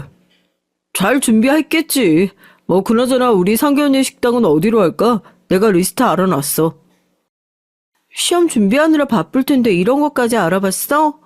당연하지. 꿈에 그리던 자기와의 결혼인데 이 정도는 해야지. 뭔가 급하게 말을 돌리는 느낌은 있었지만 저랑 별로 친하지 않은 친구였고 오고 가며 인사만 나누던 사이라 그 뒤론 딱히 얘기할 것이 없어서 자연스럽게 넘어갔던 것 같아요. 직장을 다니면서 결혼 준비를 한다는 게 쉽진 않았지만 양가 부모님께서도 저희 뜻을 따라주셔서 생략할 수 있는 부분은 생략하고 결혼하기로 했죠. 남자친구도 스스로 공부 시간을 정해서 열심히 하고 있고 저도 직장을 다니면서 결혼 정보를 얻으며 생활하고 있었는데요. 남자친구도 이번엔 굳게 마음을 먹었는지 연락도 잘 안 되고 항상 공부한 사진을 저에게 보내면서 어느 정도 진도를 나가는지 얘기를 줬거든요. 그런 모습을 보니까 본인의 일에 있어서 열정적인 사람이라 그런지 멋있어 보이더라고요. 하지만 제 행복은 더 이상 커지지 않았습니다. 그 당시에 굳게 남자친구를 믿고 있었던 제가 바보같이 느껴진 일이 생겼거든요. 평소처럼 퇴근하고 쉬고 있는데 친구에게서 연락이 오더라고요. 수민아, 너 지금 자? 내가 지금 로데오 나와 있는데 여기 너 남자친구가 있는 것 같아서. 아니야, 태훈 오빤 잔다고 해서 내가 알겠다고 했는데? 아, 그래? 내가 잘못 본 건가? 분명히 태훈 오빠 같았는데? 아니야, 시험 준비하는 사람이 지금 나가서 뭘 하겠어. 그렇지? 게다가 여자랑 있었으니까 아니겠다. 내가 잘못 봤나 봐. 미안해. 쉬고 있는데 잘 쉬고 다음에 얼굴 보자.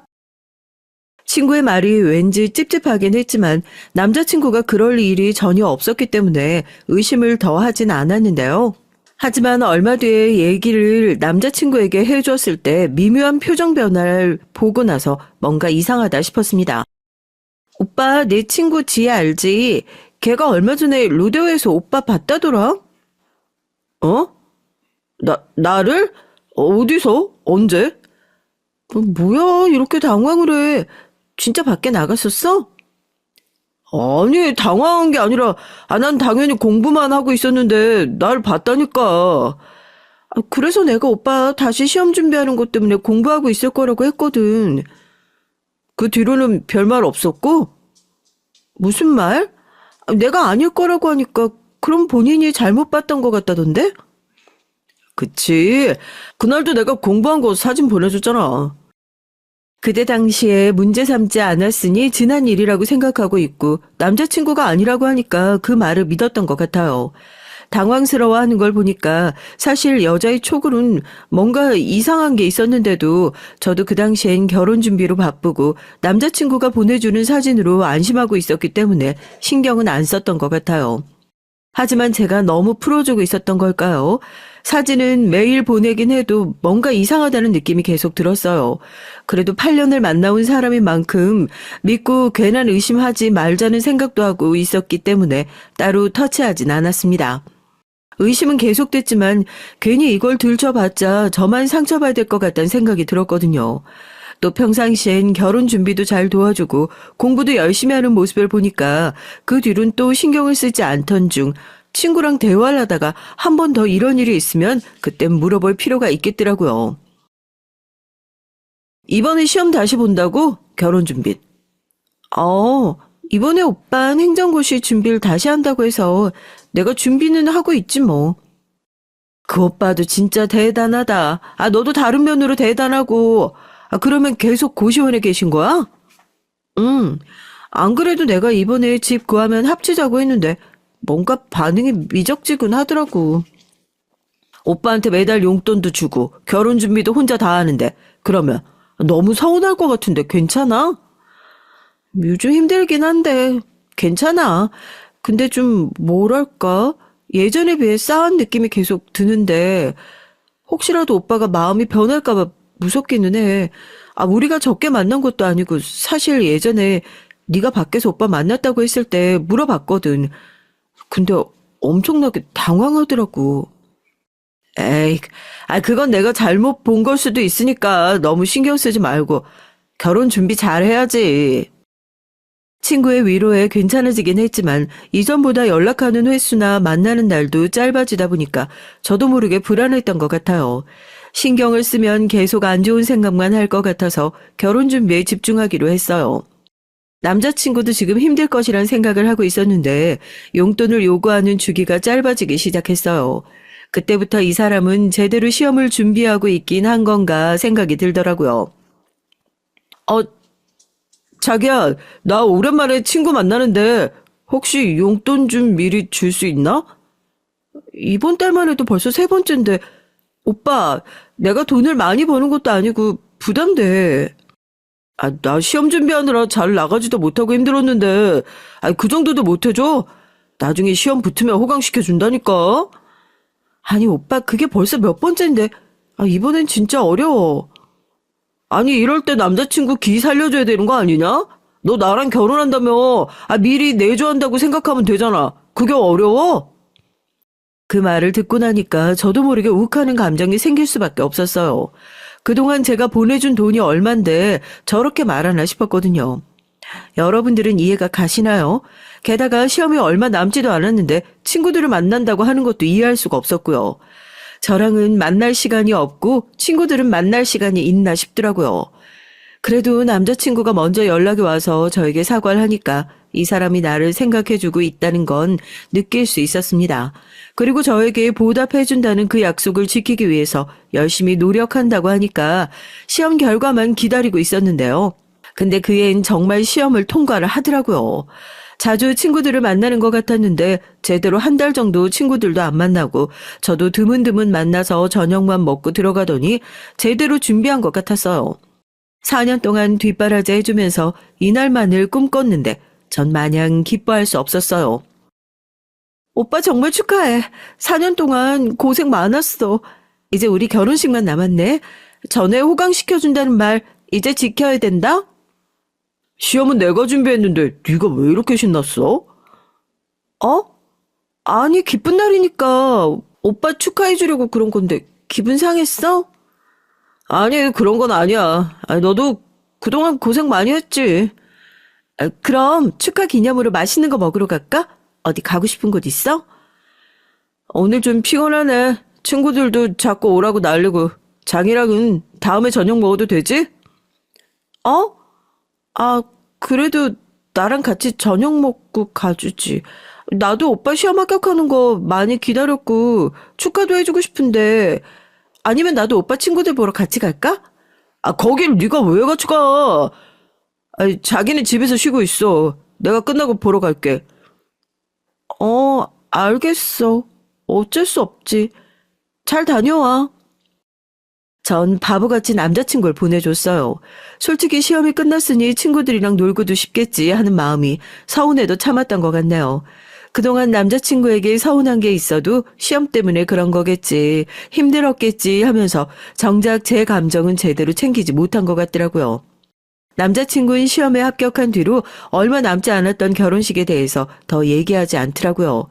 청첩장도 나왔고 친구들도 만나면서 전해주어야 하는데 계속 회피하기 바빴고요. 결국 참다 못한 제가 남자친구 고시원을 찾아가게 됐습니다. 안녕하세요. 혹시 여기 김태현 씨 있나요?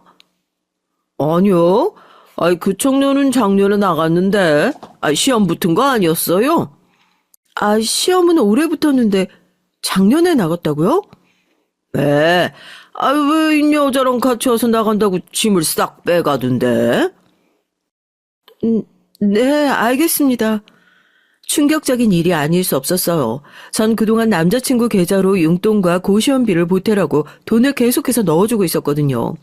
배신감은 물론 여자랑 같이 왔다고 하니까 손까지 떨리기 시작했어요. 전 바로 남자친구에게 전화를 걸어서 따지기 시작했죠. 오빠 지금 어디야? 나 지금 친구들이랑 있지 왜? 지금 바쁜데 나중에 통화하자. 오빠, 고시원 방 뺐어? 응. 돈 나가는 것도 아깝고 해서 얼마 전에 시험 붙고 뺐지. 내가 방금 사장님이랑 대화해보니까 작년에 뺐다는데 무슨 소리야? 그러면 그동안 내가 보내준 돈은 어디다 쓴 거야? 아니, 지금 바쁘다니까 왜 전화해서 따지고 있어? 그리고 네가 거길 왜 가? 남의 사생활까지 왜 간섭이야? 우리가 남이야? 당장 다음 달에 결혼할 사이인데 남이라고? 남자친구의 말을 듣고서 한참 벙쪄 있었던 것 같아요. 그리고 그날 저녁 바로 카페에서 어떻게 된 일인지에 대해 듣게 됐는데요. 남자친구는 제가 예상하지도 못한 사람을 데리고 왔더라고요. 혜민이, 네가 왜 오빠랑 같이 와? 지금 네가 보는 그대로야. 우리 사귀고 있어. 뭐라고? 지금 둘이 사귄다고? 시험 준비하면서 자주 보다 보니까 그렇게 됐다. 미안해. 너한텐 그게 지금 8년 만난 사람한테 할 소리야? 야, 너만 기다린 게 아니야. 혜민이도 내 시험 뒷바라지 해주면서 기다렸어. 착각하나 본데 난 애초에 너랑 결혼할 생각으로 만난 것도 아니었고. 수민아, 미안해. 우리 대학 시절에 깊게 아는 사이는 아니었지만 나도 사실 태연 오빠 좋아하고 있었거든. 시험 준비하면서 서로 공감되는 게 있으니까 끌렸던 거고 넌 자주 만나지도 못했잖아. 두 사람의 얘기를 하는 걸 듣고 있으니 머리가 아파왔어요. 친하진 않았지만 그래도 친구였던 사람에게 배신당하고 8년을 만나오던 사람이 저런 사람이었을 줄은 몰랐는데 제 시간도 아깝지만 마음이 너무 아프더라고요. 그러면 더 들어줄 필요 없이 헤어지면 되겠네. 내가 바라던 바야. 똑똑해서 그런가 말은 잘 통하네.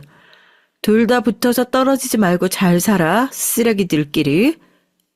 뭐, 쓰레기? 너 지금 혜민이가 누구 딸인 줄 알고 그런 말을 하는 거야. 넌 용돈과 고시원비 고작 그 정도였지만 혜민이는 내 집까지 구해주고 거기서 내조까지 탄탄하게 했던 사람이야. 너같이 밥벌이 겨우하고 사는 것건 다른 사람이라고. 네가 뭘 잘못 알고 있나 본데. 내가 허덕이면서 사는 것처럼 보여도 아니거든. 내가 너한테 다 공개하지 않은 건데 단순히 씀씀이만 보고 사람을 판단하네. 이래봬도 내가 물려받은 자산만 100억대는 훨씬 넘어. 어느 집안 딸인지 모르겠지만 우리 아빠 기업이랑은 연관이 안 되어 있길 바랄게. 말 다 했으면 간다. 예전부터 알았지만 거지 근성은 여전하네. 뭐, 100억대? 진짜야? 난 누구처럼 이런 거 가지고 거짓말 안 쳐. 더 할 말 없으니까 둘이서 잘 붙어먹고 살아. 식장 취소 비용은 같이 부담해야 하는 거 알지? 청구할 건 따로 메시지로 보낼게. 솔직히 처음에 혜민이와 등장했을 때도 어이가 없었지만 집까지 구해서 둘이 같이 살았다는 얘기를 듣고 나니까 남은 정까지 다 떨어지는 기분이었어요. 사실 전 대화를 하러 가기 전에 좋아하는 마음이 있으니까 혹시라도 흔들리진 않을까 걱정이 됐거든요. 하지만 남자친구가 있는 정까지 떨어뜨려 주니까 홀가분하게 나올 수 있었던 것 같아요. 뒤에서 붙잡는 소리가 들렸지만 전 신경 쓰지 않고 청첩장을 나눠주었던 지인들 그리고 가족들에게 파혼 소식을 알려줬습니다. 이런 부분에 있어선 칼같이 정리를 하는 성격이라서 그런지 마음 정리를 하는 데까지 오랜 시간이 걸리지 않았던 것 같아요. 어쩌면 저도 예전부터 감정적으로 정리를 하고 있었던 거일 수도 있고요. 물론 슬프긴 했지만 결혼을 하기 전에 저런 사람이라는 걸 알았던 게 다행인 것 같았습니다. 그리고 남자친구에겐 청구비가 폭탄으로 날아가게 됐는데요. 제가 결혼식에 대한 로망이 있다 보니까 꽤 큰 곳에서 하려고 비싼 곳에 예식을 잡아뒀거든요. 그만큼 취소하고 나서 손해를 본 금액이 클 수밖에 없었어요. 하나 둘씩 정리를 하다 보니까 행복해 보이는 사진을 보게 됐는데 그때는 좀 씁쓸하더라고요. 남자친구는 그날 이후로 계속 저에게 미안하다며 전화와 문자를 해오고 있는 상황이었어요. 흔들릴 필요도 없다는 생각이 들어서 손해를 본 금액만 문자로 보내주니까 더 난리더라고요. 자기야, 내가 진짜 미쳤었나 봐. 그동안 뒷바라지 해준 건 넌데 잠시 한눈을 팔았어. 우리 이렇게 끝나면 안 되잖아. 이미 식장도 취소했고 부모님께도 말씀드렸어. 아빠도 너한테 엄청 실망하셨던데? 돈 많은 사람이 좋으면 혜민이랑 살면 되잖아.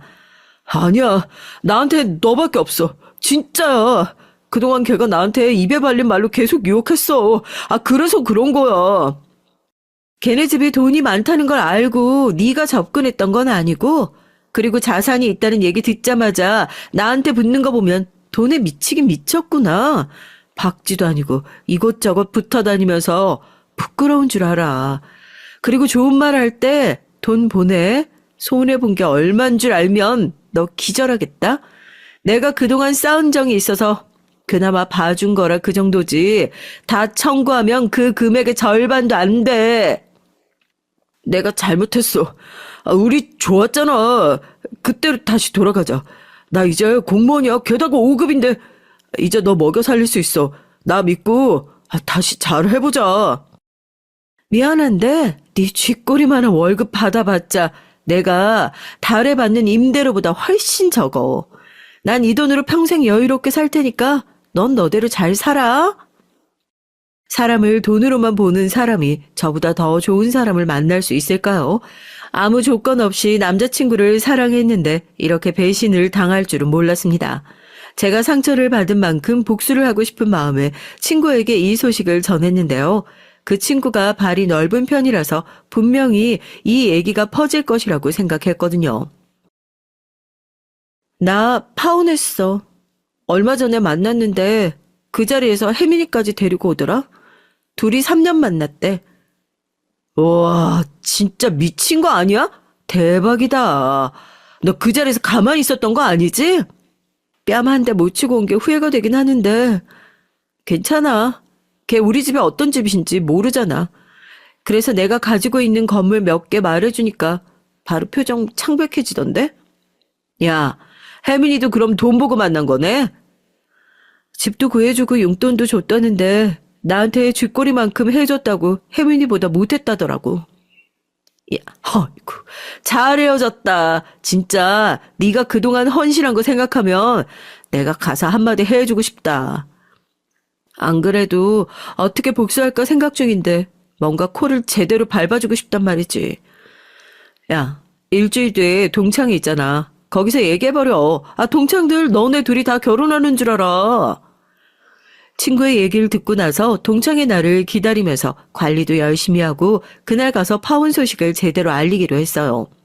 솔직히 제가 8년 동안 만난 사람인데 뒤통수를 맞았는데 그 정도는 해야 되는 거잖아요. 그래서 그날만을 기다리며 미리 옷도 사두고 일부러 차를 바꾸려고 했던 시즌이라서 남자친구가 꿈의 차라고 외치던 외제차도 하나 끌고 가기로 했습니다. 그 정도는 해줘야 배가 아플 것 같았거든요. 드디어 당일날이 되고 당시에 졸업을 했던 친구들이 모였어요. 결혼을 축하한다는 얘기부터 시작해서 저에게 말을 거는 친구들이 많더라고요. 솔직히 안 올 줄 알았는데 혜민이도 그 자리에 있어서 뻔뻔스럽다는 생각이 들었습니다.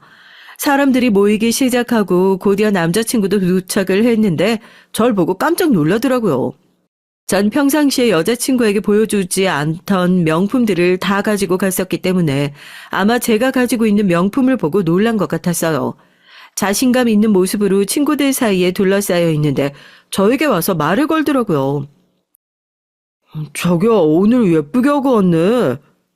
자기? 우리 헤어진 지가 언젠데 아직도 자기야. 어? 야, 니네 헤어진다고? 다음 달에 결혼한다며. 아이, 헤어진 거 아니야. 다음 달에 결혼하는 거 맞고, 우리가 좀 다퉈서 그래. 자기야, 아직도 화난 거야? 내가 미안하다고 했잖아. 손 치우고. 다들 모인 것 같으니까 이제 얘기할게. 우리 파혼한 거 맞아. 너네가 시간 내서 와준다고 했는데 일이 이렇게 돼버렸네. 니네가 가장 궁금할 이유부터 설명해 주자면 거기 있는 혜민이랑 태연 오빠가 눈이 맞아버렸지 뭐야. 제 얘기에 사람들은 웅성거리기 시작했고 혜민이는 얼굴이 빨개진 채 어쩔 줄 몰라 하는 게 보였어요. 남자친구도 당황하면서 아니라고 해명을 하기 시작했는데요. 아니야. 나 쟤랑 인사만 하고 다닌 사이고, 바람 피지도 않았어. 다 거짓말이야. 내가 시험에 붙고 나서 신경을 못 써준 건 맞지만, 그렇다고 이렇게 할 필요는 없잖아. 내가 그럴 줄 알고 미리 다 준비해왔어. 자기야, 내가 진짜 미쳤었나 봐. 그동안 뒷바라지 해준 건 넌데, 잠시 한눈을 팔았어. 우리 이렇게 끝나면 안 되잖아. 이미 식장도 취소했고 부모님께도 말씀드렸어. 아빠도 너한테 엄청 실망하셨던데? 돈 많은 사람이 좋으면 혜민이랑 살면 되잖아. 아니야.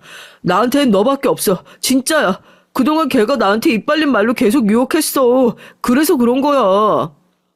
제가 공개한 파일엔 남자친구의 목소리가 그대로 담겨 있었고 틀자마자 친구들은 모두 큰 소리를 내며 웅성거리기 시작했어요. 와, 그럼 지금까지 뒷바라지 해준 여자친구 버리고 지금 혜민이한테 갔다는 거잖아? 정신 나간 거 아니야? 어떻게 사람이 저러냐? 아니, 그러고 보니까 예전에 이 근처에서 태연이 본 것 같았는데 그때 그럼 수민이가 아니라 혜민이랑 있었던 거네? 군대도 기다려주고 다 했는데 어떻게 저러냐? 근데 혜민이는 잘 사는 집 맞나? 쟤도 학교 다닐 때 얘기 많았잖아. 허세 부린다고. 맞아. 계산할 때마다 사라지고 본인이 쏜다면서 우리가 돈 다 냈잖아. 태연이는 제대로 알아보고 만난 건가? 그때부터 분위기가 소란스러워지기 시작하자 혜민이도 가만히 있을 수 없는지 서서 나가려는 액션을 취하더라고요. 그걸 본 친구들은 혜민이에게 정말 사실이냐며 물어보니까 아무 말도 못하고 있던 혜민이는 저를 향해 얘기를 했습니다. 아니야, 다 거짓말이야. 나 태연 오빠랑 만나는 건 맞지만 수민이랑 헤어진 줄 알았어. 정말이야. 뭐? 이혜민, 너 말 다 했어? 네가 그동안 나한테 뭐라고 했는지 여기서 다 말해줘. 내가 뭘? 그리고 진짜 나쁜 건 오빠지. 양다리 걸친 건 오빠잖아. 뭐라는 거야?